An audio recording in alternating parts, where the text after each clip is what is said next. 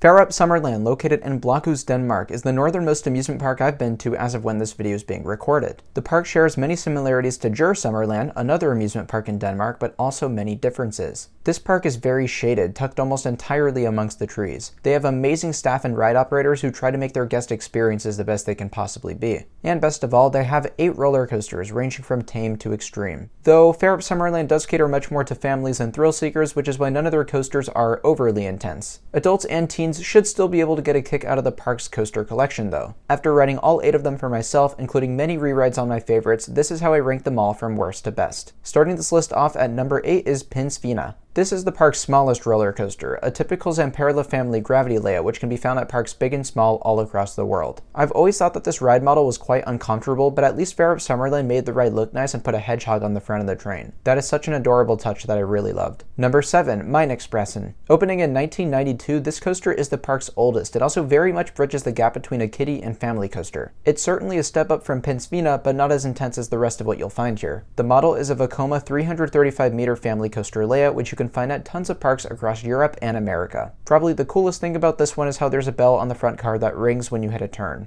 Number 6, Flauermusen. This Reverschan spinning wild mouse is almost an exact knockoff of the Zamperla equivalents, which are common around the world. Though compared to many spinning wild mouse coasters, this one spun a dizzying amount, which some people might like and others might not. I'm personally somewhere in the middle, but I think I'd like this ride more if these spinning wild mice were less janky. Doesn't matter if it's Reverschan or Zamperla building these rides, they're always relatively uncomfortable. But the portrait of power from the spinning was definitely enough to elevate it above the park's 2 smallest coasters. Number 5, Seon. Vekoma family boomerangs are pretty common coaster types around parks in Europe, but not America. I really enjoyed getting to experience my first few on this trip because contrary to the bigger Vekoma boomerang model, these are smooth and comfortable rides. The trade-off, of course, is that it's much tamer as well, but I think it's totally fair for this park to have a purely enjoyable coaster for family audience. The park did a great job making Seon look really nice. They added a really cool splashdown effect on the first turn and a short tunnel on the backward spike, plus a very bright green paint scheme, and it just looks great in this section of the park. No complaints here. Number 4, Orkanen. If you've ridden Dragonflyer at Dollywood, this is the exact same layout. Orkanen is a Vekoma family invert, but still packs in its share of thrills with its swooping turns and helixes. I had actually just ridden this exact coaster at Energylandia in Poland as well, that one's just called Dragon, so I had this experience fresh in my memory. With this being a modern Vekoma, it's a very smooth, comfortable ride with just lap bar restraints. Orkanen is probably most well known for its underground tunnel after the first drop that dives underneath the water through a bunch of mist. It's a really cool visual off-ride, maybe a little cooler than it is actually on-ride. But that's no knock at the layout itself, which is great for families and is a solid addition for this park.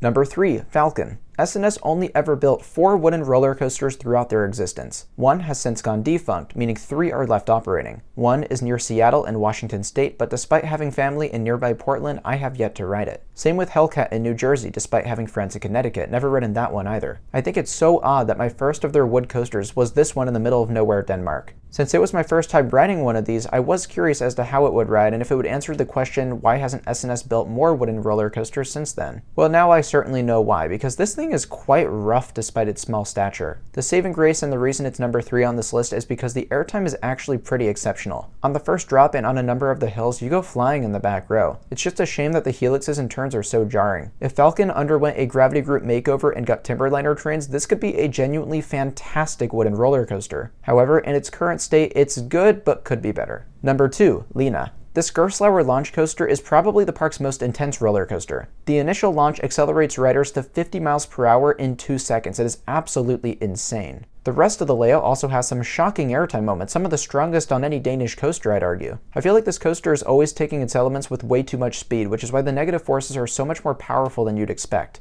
My only nitpicks when it comes to Lena is I wish the bulky over-the-shoulder restraints could be replaced with lap bars because Gerstlauer has proven that they could successfully build coasters like this one with just lap restraints. Also, the final third of the ride doesn't do a whole lot for me, and the middle section isn't as great as the first bit as well. The coaster as a whole is a little inconsistent layout-wise. It kicks things off with a bigger bang than I could have ever expected, with the first third being absolutely outstanding. I think if you fix some of the complaints I have with this ride that don't associate with the layout, I do think Lena could have actually been the single best ride in the park. I know as is, it already is my brother Sean's favorite, but ultimately there's no doubt in my mind that number 1 goes to Phoenix. This is the park's newest addition opening earlier this year, and it's probably probably one of the single greatest fits that this park could have chosen. The ride is a Vekoma Wildcat coaster, the first of its kind in the world, which offers an incredibly diverse layout. You've got some airtime, some inversions, some whip, but overall it doesn't focus on one thing in particular. The entire ride is just a very seamless, incredibly enjoyable blend of forces on a very smooth next generation Vekoma track. Now the reason I say this was a perfect fit for the park is because Phoenix is not that intense at all. I know many were drawing comparisons to Lek Coaster in Poland before this thing opened, and how can you blame them? Both coasters have similar appearances and similar elements, however Lek Coaster is a good 10 times more intense than Phoenix is. Supposedly, Lek Coaster was a reference point when the park was working with Vekoma to design something that would fit best with the park's demographic.